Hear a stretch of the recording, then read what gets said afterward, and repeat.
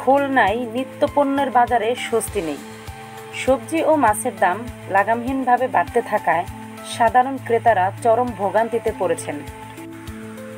শহরের new market, নতুন বাজার, গল্লামারী ও দৌলতপুর কাঁচাবাজারে দেখা গেছে আলু ও পেঁপে ছাড়া কোনো সবজি 70 টাকার নিচে নেই।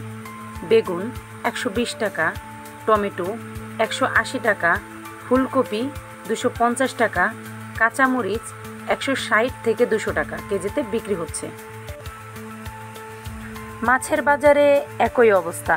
ট্যাংরা ও পার্শা 600 থেকে 800 টাকা, রুই কাতলা 300 টাকা, জাটকা ইলিশ 800 থেকে 1000 টাকা এবং বড় ইলিশ 2100 টাকা থেকে 2200 টাকায় বিক্রি হচ্ছে।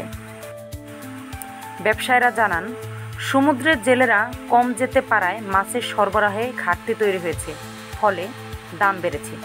ক্রেতাদের আশা সরবরাহ বাড়লে কিছুটা স্বস্তি মিলতে পারে।